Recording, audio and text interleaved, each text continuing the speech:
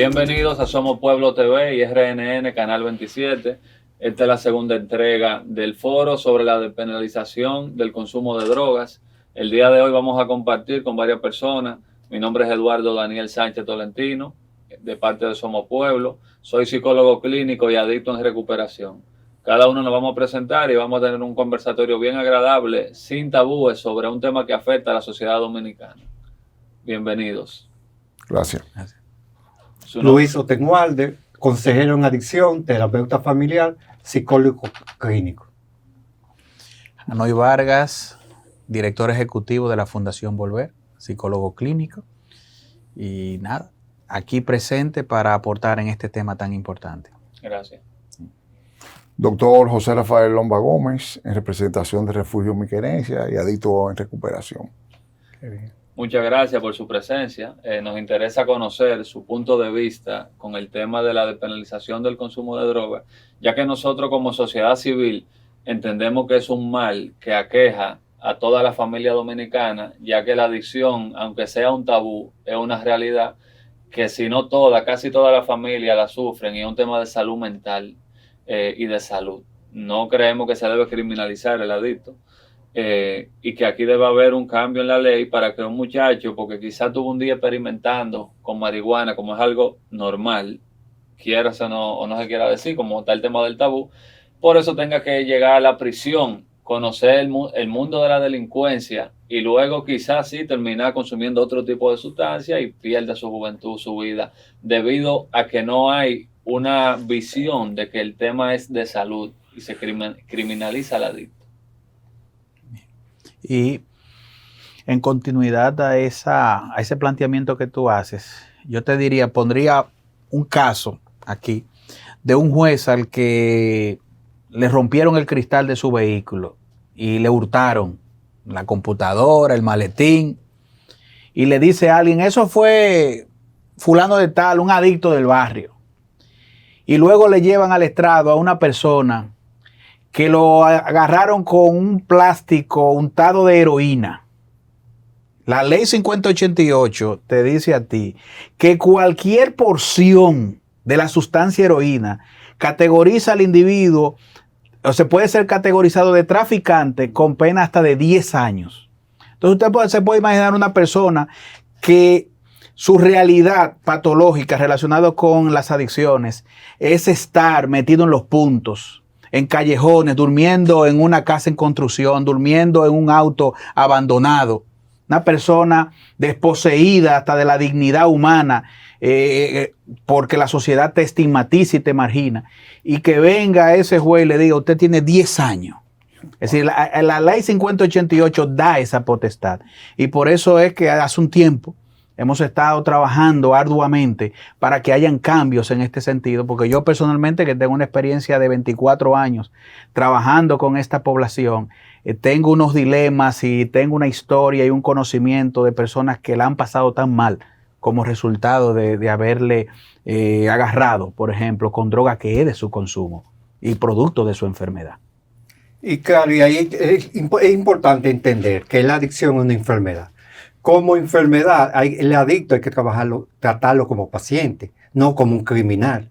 Entonces, ese enfoque que tiene todavía esa ley de penalizar y de criminalizar al adicto, no concuerda con lo que me habla la Organización Mundial de la Salud, que me habla de una enfermedad biopsicosocial, ¿entiendes? Que afecta la mente, que afecta el cuerpo, que afecta el espíritu, sí, la parte biológica. Entonces, ¿cuál es el enfoque que debería trabajarse y tratarse? Un enfoque como si fuera una persona diabética. ¿Cómo se trabaja a un diabético? No es llevándolo a la cárcel, es tratando esa enfermedad que él tiene. Pero ¿entiendes? ¿tú sabes dónde está la diferenciación ahí? Es que la diabetes, por el órgano que está comprometido desde el punto de vista físico y por su sintomatología, se hace difícil crear el paralelo, porque las adicciones generan patrones de comportamiento que Antisociales muchas veces. Claro. Antisociales, deformaciones en los patrones, con las mentiras patológicas, con las manipulaciones, con las formas de proveerse para su consumo. Entonces no se entiende que el órgano principal, es decir, que está detrás de esto y que está comprometido es el cerebro. Y el cerebro cuando se enferma, no solamente con las adicciones, sino con cualquier otro tema relacionado con la salud mental, su sintomatología es afectiva, cognitiva y comportamental. Y dentro de ese comportamiento está eso. Mentir para proveerse de la sustancia. Hacer lo que haya que hacer inmediatamente en la medida, ¿verdad? Dependiendo del tipo de caso también, porque hay gente que paradójicamente ellos se consumen, pero lo de ellos, porque esa es otra vertiente. La multiplicidad de características de esta patología en las personas. Hay gente que tú le das 500,000 pesos en la mano y se ve y deposítamelo. Y tienen problemas serios de adicción y no te cogen un centavo. Te llegan 10 hasta 15 minutos antes al compromiso que se acordó. Te entregan en el tiempo que te dicen que te iban a entregar ese trabajo. Personas funcionales, personas cumplidoras, pero tienen una realidad en relación a las adicciones. Porque aquí ese otro problema también, que se ha enfocado en las personas que riñen con la ley, no por el consumo, sino por comportamientos a veces delictivos, que es una minoría, porque no todo el mundo agarra el valor de salir con una pistola a atracar. Mucha gente lo que se vale es de la persuasión. Mira, se me quedó el vehículo, necesito 50 pesos, 100 pesos. Si tú se lo das bien, si no se lo das por ahí, más para adelante gente, pero no te hacen un daño.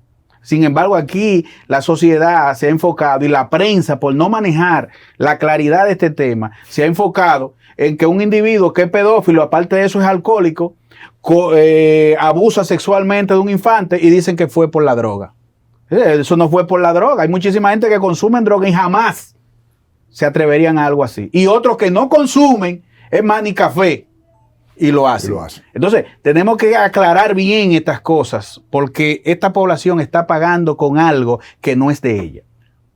Y lo grande del asunto es que la recuperación existe. Sí.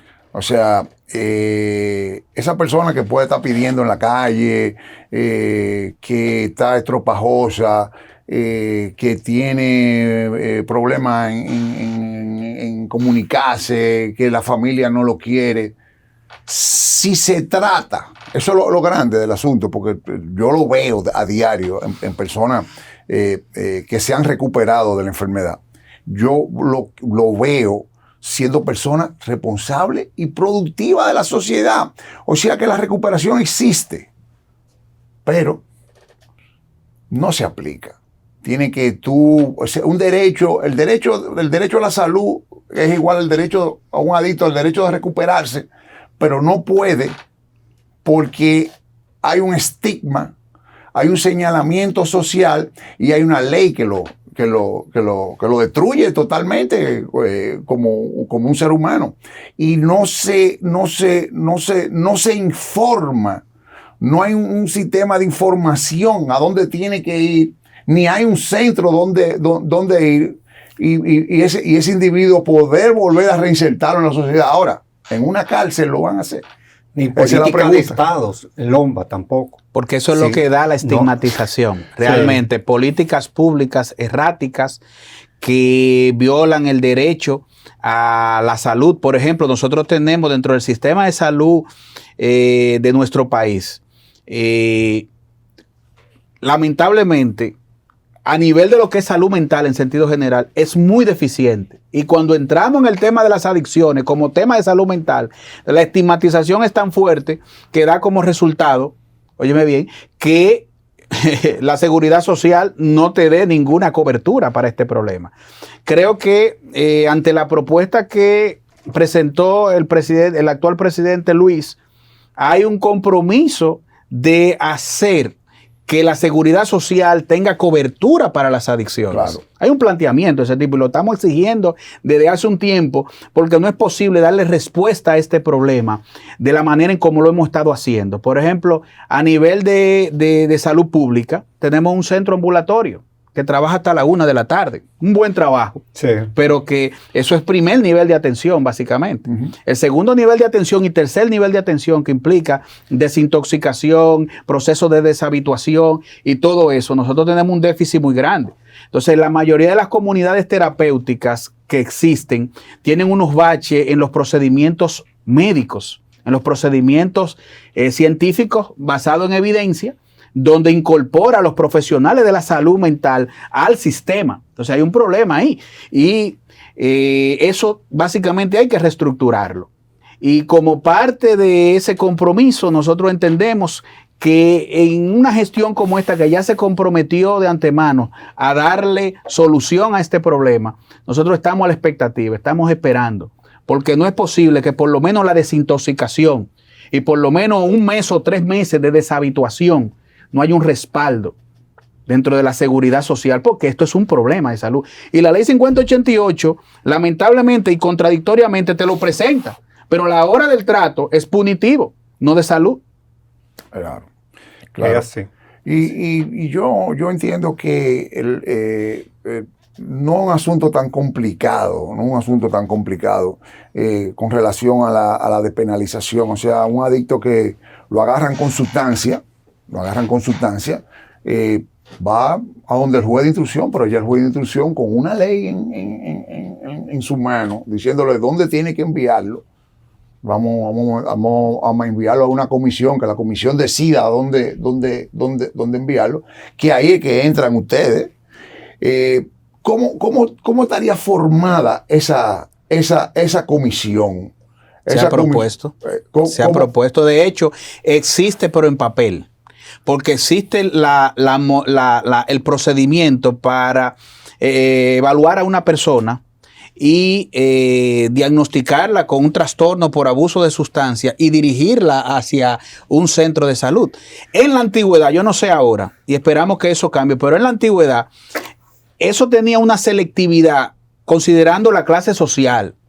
Y considerando incluso en muchos casos el movimiento económico para reunir esa comisión, que es un psiquiatra de la Asociación Médica, un psiquiatra del Consejo Nacional de Drogas, es decir, un grupo de personas que para tú juntarla, eso era una obra del Espíritu Santo. Ahora se está proponiendo en el nuevo modelo, en la propuesta de modificación a la ley, que sea más flexible, más rápido, ese tipo de cosas, con menos dificultades, trámites burocráticos, que dé como resultado pruebas, diagnóstico rápido, y vamos a viabilizar, porque también se entiende que hay gente que pudiera guiarse en su posición de narcotraficante, realmente guiarse y irse a un centro cuando debería estar sentenciado, ¿verdad? Pero nosotros entendemos que eso está dentro de lo posible. Pero, señores, no se puede sacrificar a tantos miles de personas por no ser diligente en cuanto a eso. Una pregunta. Ustedes como psicólogos evaluarían un adicto, y en qué tiempo ustedes se darían cuenta que esa persona tiene problemas con sustancias, si hay algún test, algo con relación a esa comisión evaluatoria. Sí. Yo te diría, bueno, que ante la expectativa de que encontrado con la prueba básicamente más que con la sustancia, estamos hablando de casos que entran en conflicto con la ley como resultado del consumo de la sustancia. Sí, también. Porque si fue con sustancia que te encontraron, con una porción que se interpreta es de tu consumo, eso no hay que procesar ni evaluar nada. Eso es simplemente, mira, vamos a tramitarte que te ayuden. Ahora, si tú rompiste cristal, si tú agarraste y sacaste, hiciste un descuidismo, como decimos, un conflicto con la ley, entonces hay que indagar. Si tú dices, no, yo tengo problema de adicción, entonces tú estás buscando los medios de que no te cohíban tu libertad desde el punto de vista de un penitenciario y te llevan a un centro de tratamiento. Entonces hay pruebas doping, hay evaluaciones históricas con la familia, hay historiales de esos muchachos muchas veces que fueron asistidos por psicólogo anteriormente o que fueron a un centro de rehabilitación, qué sé yo, de lo que conocemos tradicionalmente. Entonces hay las formas de indagar cuando tú quieres, pero cuando lo más fácil es preventivo, te fuiste. Y ya ese muchacho entró en bachillerato y sale en la universidad de la delictividad. Sí, la victoria. Y hay también, entre todo, con el control. Es decir, un psicólogo puede trabajar, cuando trabaja con un adicto, se da cuenta cuando esa persona está comprometida, que lo hace hasta sin querer. Es decir, que consume aunque no quiera. Eso ya es cuando ya él no tiene control. Y esos son parámetros que uno se va dando cuenta de qué tan comprometido está esa persona. Disculpa, Luis. Vamos a seguir hablando del compromiso en breve. Tenemos que ir a una pausa y seguimos tratando el tema tan pronto regresemos. Muchas gracias.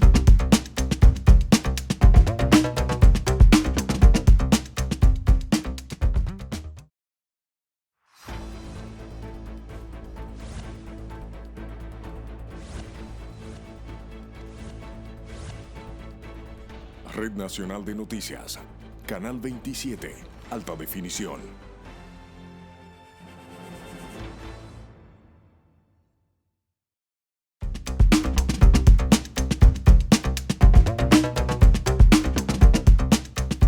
Bienvenidos de vuelta a Somos Pueblo Media y RNN Canal 27. Seguimos con el foro sobre la despenalización del consumo de drogas. Estábamos hablando, cuando estábamos en anuncios, sobre la importancia de concientizar tanto a la población como a las autoridades sobre el tema de la adicción y qué es desde la perspectiva de salud. ¿Qué ustedes opinan sobre la información que carece muchas veces quizá un fiscal, quizá un juez que va a un muchacho porque lo agarraron con un tabaco de marihuana y dice el fiscal, mire, este vicioso? Dice el juez, esto lo que un charlatán, quizá interviene un psicólogo y le dice, esto es un apoyador que no quiere que lo manden para la cárcel y mire ese drogadita, porque a veces le dicen hasta bebe droga. Bebe droga. ¿Entiendes? O sea que están todavía esos tabú, esos prejuicios con el tema y hay mucha desinformación. ¿Qué ustedes opinan sobre la necesidad de información que hay? Mira, no somos nosotros los que decimos que es una enfermedad, lo dice la Asociación Mundial de la Salud. Primero declaró el alcoholismo y después declaró la adicción. O sea, en este país ya la adicción, el alcoholismo es lo mismo. O sea, como tú entras a un colmado, ¿verdad? Y hay un tipo que yo estoy en seguidilla. ¿Qué tú crees que es ese? Ese adicto. ¿Por qué? Porque es obsesión, mala compulsión. Yo tengo una obsesión por una sustancia y de que yo hago uso de esa sustancia, yo compulso. O sea, yo no puedo parar. Y esa es la adicción. O sea, nosotros lo vemos todos los días, los adictos al alcohol, que son los alcohólicos, de pequeños, familiares y personas. Lo que pasa es que no estaban estigmatizados. ¿Por qué? Porque todo el mundo bebía. Esa era la forma de escape de todo el mundo. Hazte hombre, bebé. Sí, hazte un hombre, bebé. Sí. Entonces, yo... es una enfermedad porque, óyeme, mentalmente, hasta que yo no paro, hasta que yo no toco fondo, hasta que yo no me destruyo, yo no puedo parar. Esa es la adicción. Y es importante señalar que nosotros en este país tenemos un déficit importante en cuanto a la formación profesional vinculada con este tema. Si mientras en otros países está dentro de los pensos académicos, el formarte con respecto a esto como problema de salud, o vinculártelo con el sistema de leyes, o vinculártelo, por ejemplo, en el ámbito propiamente de la salud mental, eso es fundamental, porque no es posible que tú vayas a atenderte a una unidad de atención primaria, por ejemplo, y nadie quiera ponerte la mano encima, de que porque se intuya o se identifique por quizás tu atuendo, tu olor. Eso es cuando estamos hablando de que la adicción te ha deteriorado físicamente, crónico, ¿verdad? Pero que te ha deteriorado siendo tú de clase social baja. Porque aquí hay muchísima gente con saco y corbata, apaga y vámonos los fines de semana, que son militares, que son políticos reconocidos, que son empresarios y tienen este problema de salud. Y van por un centro fuera del país y vienen nuevos después. Exactamente. Sí. Entonces, tú te encuentras con estas personas que van a buscar asistencia y entonces nadie le quiere poner la mano. Le hacen señas por atrás, cuidado, que te puedes robar la cartera. Y las mismas personas que padecen esta problemática de salud, que van por otro tema a atenderse, una infección de transmisión sexual, por ejemplo, o una analítica que necesitan hacerse. Hay gente que no le quiere poner la mano, que no quiere lidiar con ellos.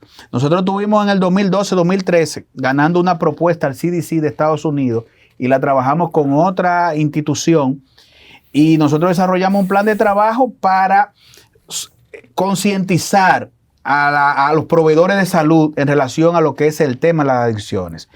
Y eran unas capacitaciones que tuvieron que condescender. Cuando nos dimos cuenta que los profesionales estaban en blanco con respecto a entender este problema, nos fuimos a tratar simplemente estigma y discriminación, sensibilizar a la población.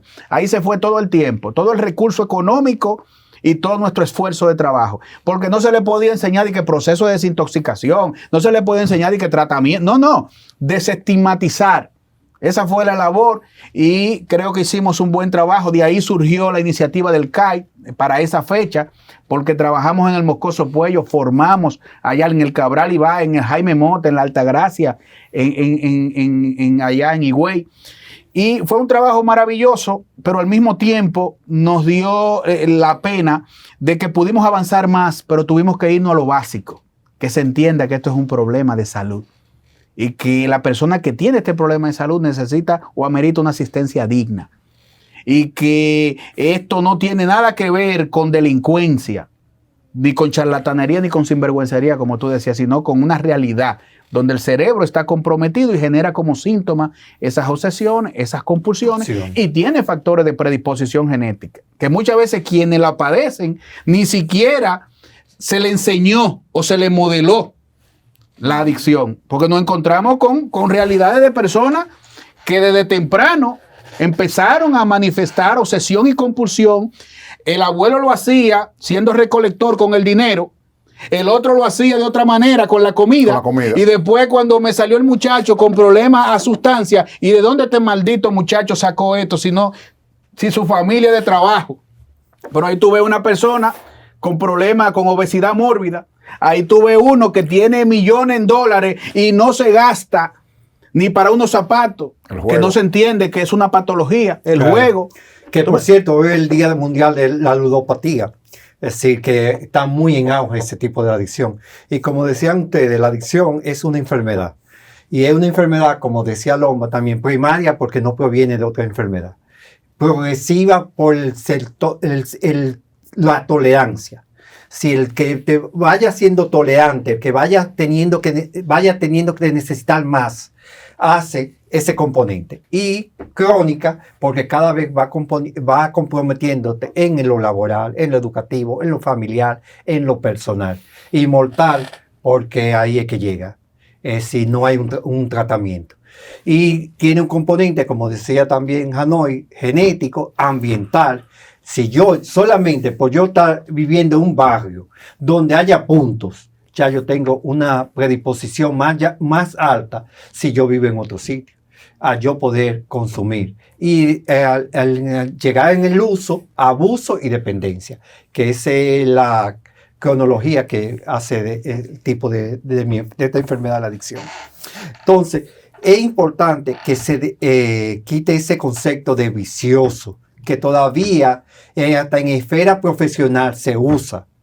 Llegan y tienen también, como dice Hanoi, tiene mucho que ver cuando son de escasos recursos. Ese es vicioso. No, lo que tiene es una enfermedad y es un asunto de salud y salud del Estado, que se haya políticas estatales donde se trabaje con ese programa de prevención. Señores, la prevención es importantísimo. La prevención en las escuelas, en los clubes, en las comunidades.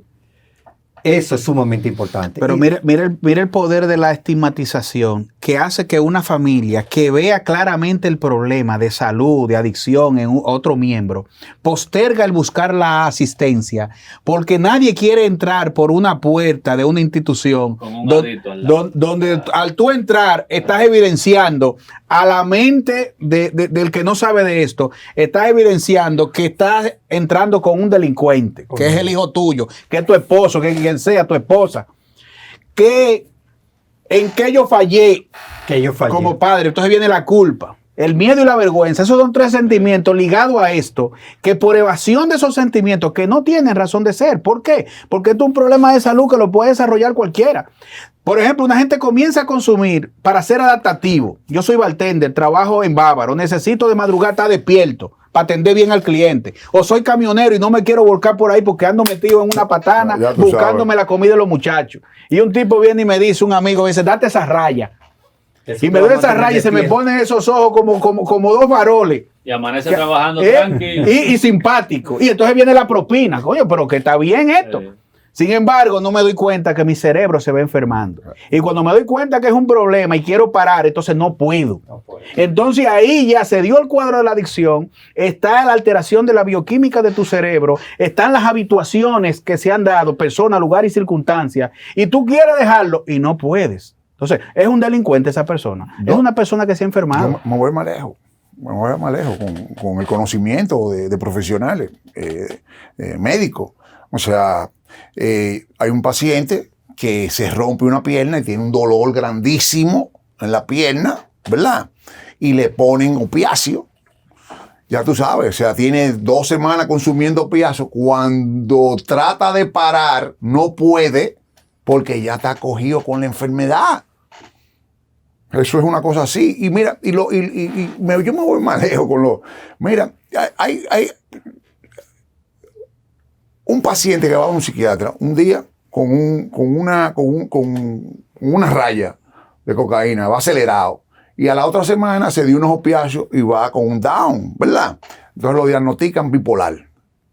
Y un día se dio unos hongos y va alucinando.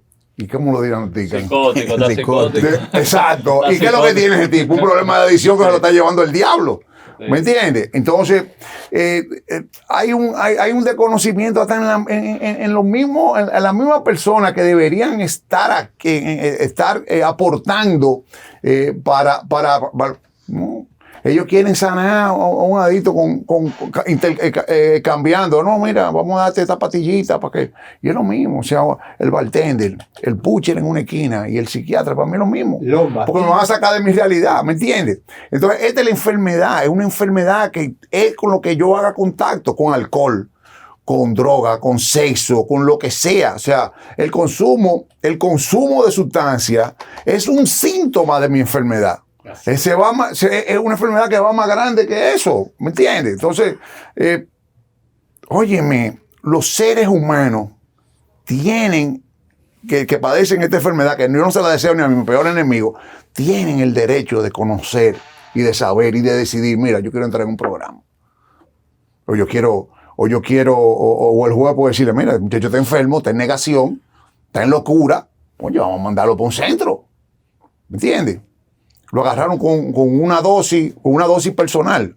Bueno, mira, tú tienes la oportunidad de ir, no es mucho, es por marihuana. Mira, tú puedes ir a los grupos de autoayuda. Mira, es heroína. Bueno, tú tienes que ir a los grupos tú tienes que la fase 2, tú tienes que ir a desintoxicarse, a internarte, ¿tú me entiendes? Entonces, es un asunto de conocimiento total, no es, o sea, hablar del tema, no, pero lo grande fue lo que ustedes hablaron, o sea, los familiares lo ven, y ese fue el que yo crié, ese muchacho un tipo con una enfermedad, y es lo que creen, que entienden que es una degeneración, porque vienen con ese estigma ya tú sabes, de 50 años para atrás, que lo único que han hecho es señalar a los adictos que no sirven, que no, y eso es mentira. Yo conozco adictos en recuperación que son, óyeme, tremendo médicos, tremendos abogados,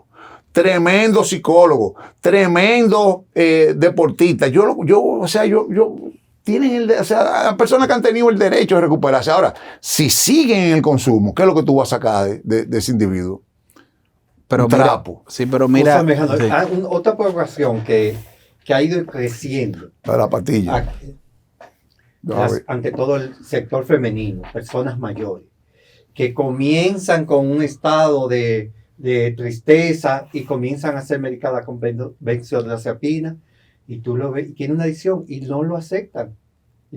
Tienen que dormir con esa pastilla. Pero es socialmente aceptable, Sí. a diferencia de las otras drogas. O sea, no es lo mismo tú usar cocaína que tú beber pastillas, porque socialmente no hay un estigma. Exactamente. Aunque te mata igual y te Exactamente. hace el mismo daño, Es peor. Peor. Las benzodiazepinas son peores que la adicción a la heroína. Exactamente. ¿Entiendes? Entonces, ¿qué pasa? Que tenemos el estigma social que no va con ese tipo de sustancias. No. Y Y, la población- muchas de esas señoras hablan de el vicioso. Sí, ese Son vicioso, adictas. sí. Claro, Oye. y ahora los muchachos están con la codeína también, bebiendo mucho jarabe, que eso se usaba antes, pero está volviendo otra vez a darse, y es un tema que es bien preocupante también. Muy preocupante. Bueno, venimos en breve, señores, vamos a otra pausa y retornamos con el foro de la despenalización del consumo de drogas. Muchas gracias.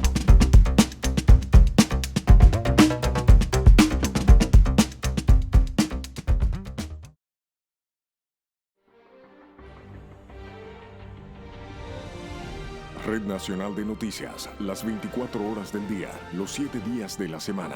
Canal 27, alta definición.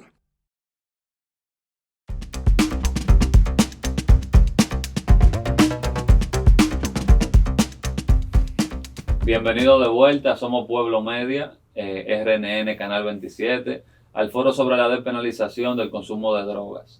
Estábamos conversando sobre la adicción, el concepto adicción.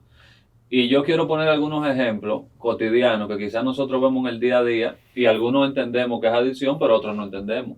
Quizás vemos a una persona que come mucho y tú dices, no, es un comelón, es un glotón. Pero es el mismo problema en el fondo que tiene el adicto a la droga. Sí se mueve por una obsesión y una compulsión. Y si es compulsivo con el sexo, ¿cómo le decimos? Puede decirle maniático, pero también podemos decirle adicto. Está bueno.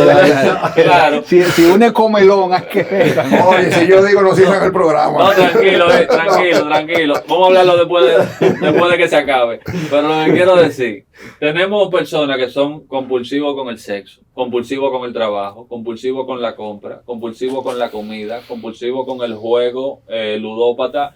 El don se pasa 5 horas jugando maquinita, gasta todos los cuartos en la maquinita. No piensa que es un adicto, que tiene problemas, pero es una adicción. No puede parar de consumir. El consumo de él no es una sustancia ilícita, pero él está consumiendo. Eso le genera una sensación en el cerebro que lo hace volver. Quizá el tipo no quiere gastar su dinero. Haciendo lío para conseguir el dinero, cambiarlo a menudo e irlo a jugar. Y lo único que está haciendo es perder. Pero jugando maquinita que está en el colmado de la esquina, no está consumiendo una droga ilícita y se ve socialmente aceptable. En el colmado lo aceptan porque también en el colmado quieren que tú vayas a jugar. ¿Entiendes? Entonces socialmente hay una aceptación a ese tipo de sustancias, pero si nosotros no vamos detrás de la actividad, tanto el consumo de droga como comportamiento compulsivo, dígase el trabajo, la misma ludopatía, muchas veces los juegos que los muchachos, los juegos digitales, los juegos de computadora, los videojuegos, redes sociales, inclusive hay alguna música que estábamos conversando que tienen componentes que te activan esas conexiones mentales, que te hacen seguir buscando la misma sensación. Entonces nosotros entendemos, o yo entiendo, que se debe de hacer algún tipo de campaña educativa que enseñe a la sociedad lo que es la adicción, con el fin de quitar esa estigmatización hacia la persona que consumen droga, porque también hay dos vertientes. Hay gente que usa droga y no es adicto. Entonces, la ley te criminaliza como adicto por tú usar droga, aunque tú no lo seas. ¿Entiendes? Entonces, aunque tú no seas adicto, tú eres un criminal. Y si eres adicto, en vez de ser un enfermo, eres un criminal también, según la ley. Entonces, ahí hay un problema serio porque antes, el que bebía romo, cuando la prohibición, era un criminal. Eso se legalizó. El romo sigue haciendo daño, pero por tú beberte una copa de un vaso de romo, tú no caes preso, ni eres un alcohólico tampoco. Ahora, si tú eres un alcohólico y tú tienes el problema, la sociedad no te estigmatiza. Y el ron mata más gente que la heroína. Y causa más accidentes de tránsito que todas las otras drogas juntas también. Y más violencia intrafamiliar que todas las otras drogas juntas también. Entonces, hay un tema que es el tema de la desinformación que hay. ¿Qué ustedes opinan de eso? Yo pienso que hay que reconceptualizar todo, por lo menos en este país, porque cuando nos vamos al trato que le dan a este tema en otros países, vemos la claridad con la que se manejan en este sentido. Y a fin de cuentas, lo importante es que podamos entender el fenómeno para que incluso el que lo desconoce en sí, porque lo tiene circunscrito a drogas ilegales, cuando hablamos de adicción a sustancias, incluso en nuestros conceptos suena a veces alcohol y droga, cuando sería alcohol y otras drogas. De hecho, el concepto de droga hay también que reconceptualizarlo, porque por ejemplo en Sudamérica las farmacias, ¿qué es lo que son? Droguerías. Y en Estados Unidos, drugstore. Entonces, en ese sentido, ese concepto genera como el tabú de que la ilegalidad. Sin embargo, cualquier sustancia psicoactiva que tiene la capacidad de alterarte cognitivamente, a afectarte desde el punto de vista emocional y alterar tus patrones de comportamiento, es una droga.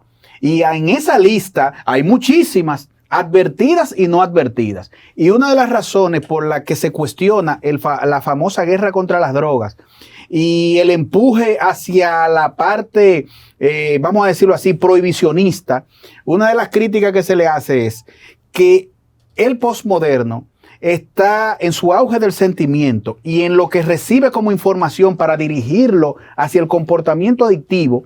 El posmoderno, aunque tú le escondas la droga, la está buscando.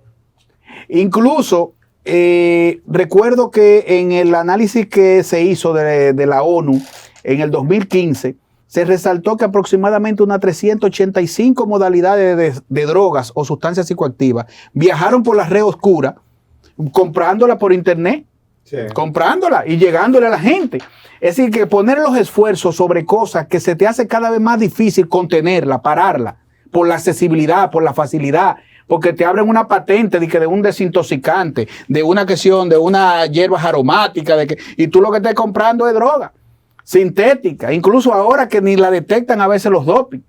Entonces, esa guerra, eso hay que reconceptualizarlo también. Hay que irse a los elementos de vulnerabilidad, a los factores que promueven el que se desarrolle la adicción. Por ejemplo, el abuso verbal, el abuso físico, el tema que tiene que ver con la exposición a los menores a sustancias. Por ejemplo, el tema que tiene que ver con esa violencia intrafamiliar en sentido general. La falta de actividades para los muchachos y dejándolos solos, inventando. Son muchas cosas que se pueden hacer que son verdaderamente preventivos.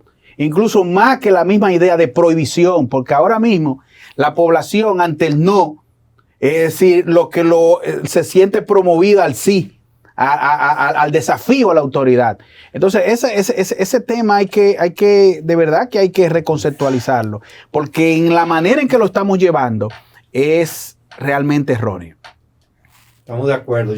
Nosotros creemos mucho en la prevención, como dijimos anterior, en las escuelas, ante todo, en la familia, que ahí es que comienza su núcleo, y en los clubes, en las comunidades, ante todo en zonas de riesgo, que hay los barrios donde hay más vulnerabilidad también. Y la herramienta principal, la prevención. Y también, como dijo Eduardo, trabajar en el asunto de concientización, de que la persona entienda que la adicción es una enfermedad, que no es un vicio, que no es algo criminal.